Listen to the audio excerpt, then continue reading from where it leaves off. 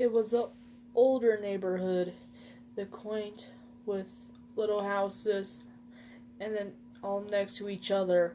The car drove in front of the little blue house with white window panes.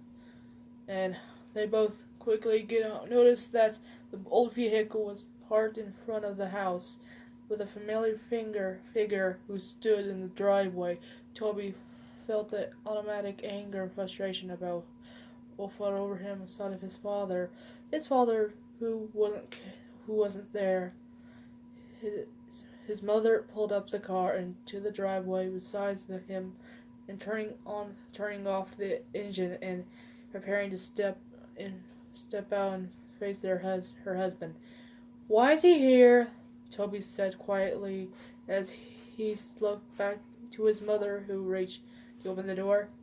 "He's your father, Toby. He's here because he wants to see you," his mother responded with a monotone voice and trying to sound less shaky. Yet he couldn't have to drive up to the hospital to see Lyra before she died. Toby narrowed his eyes out the window. "He was drunk that night, honey. He couldn't drive." "Yeah, when is he not?"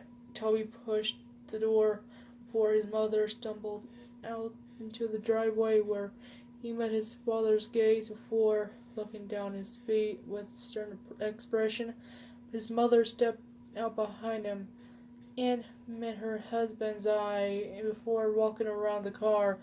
His father opened his arms and expecting a hug from his wife, but she walked past him and put her arm around Toby's shoulder and influenced him to begin walking inside.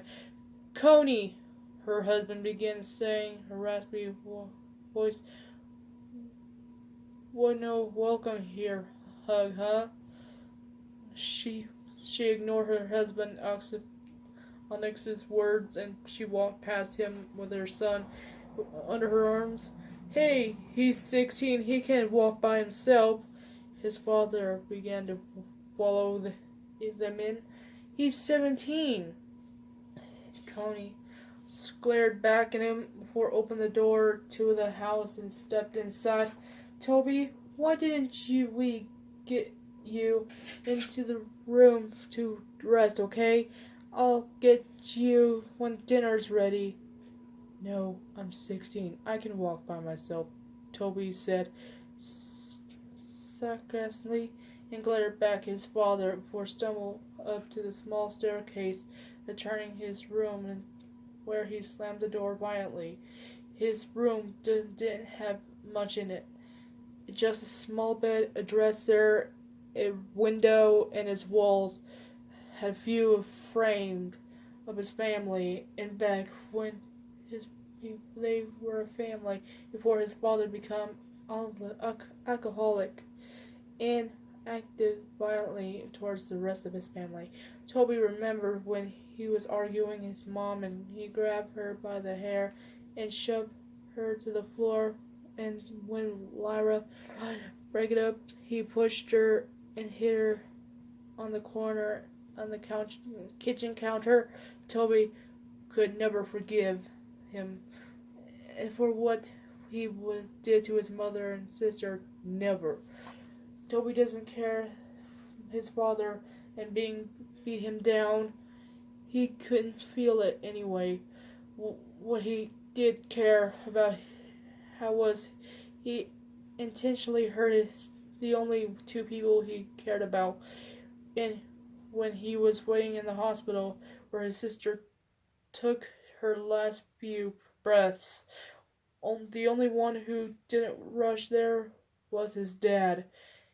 Toby stood at the window and looked onto the street. He could have sworn he saw things above the corner of his eye, but quickly blamed it down on the medication that he had put on.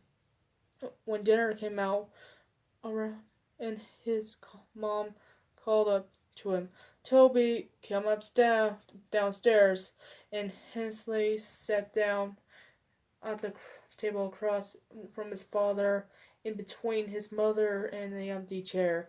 It was quiet as his parents picked their food, but Toby refused to eat. Instead, he just wanted to watch his dad with a blank stare.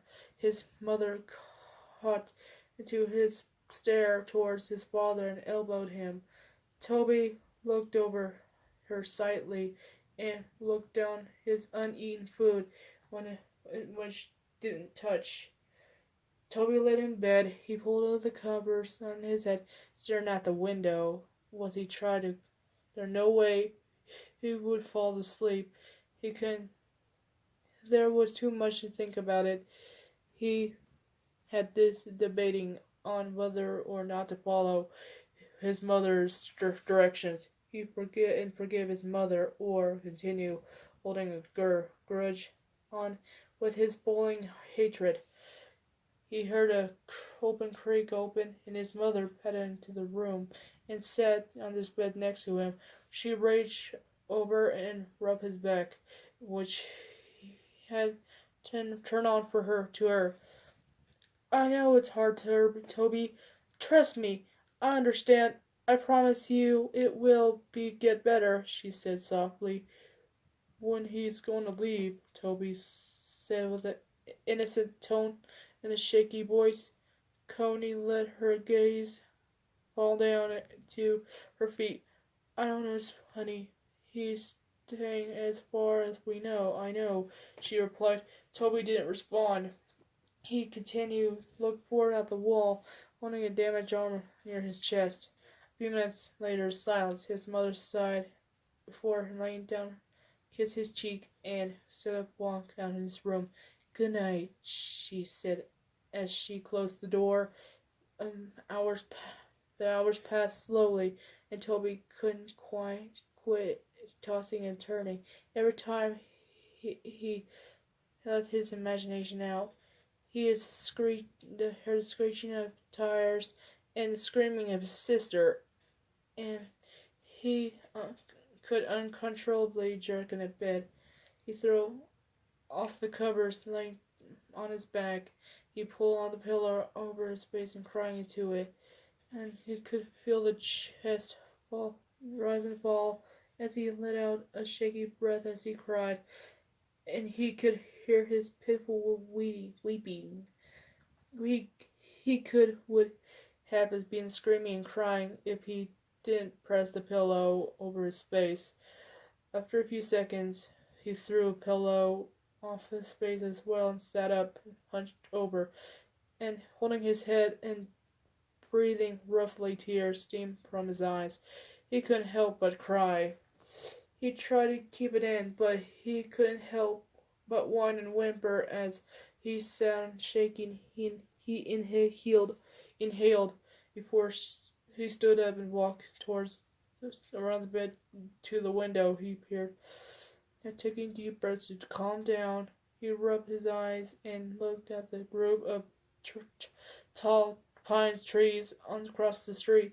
He stopped suddenly. He gazed down on something standing under the street light. He heard the rain in his ears, and he couldn't look away. The figure stood beside the street, about 2 feet shorter than it. Its long arms dappered at its side and staring up at him, and with non-existing eyes. The figure has no features whatsoever. No eyes, no mouth, no nose. Yet it held Toby's helpless mind.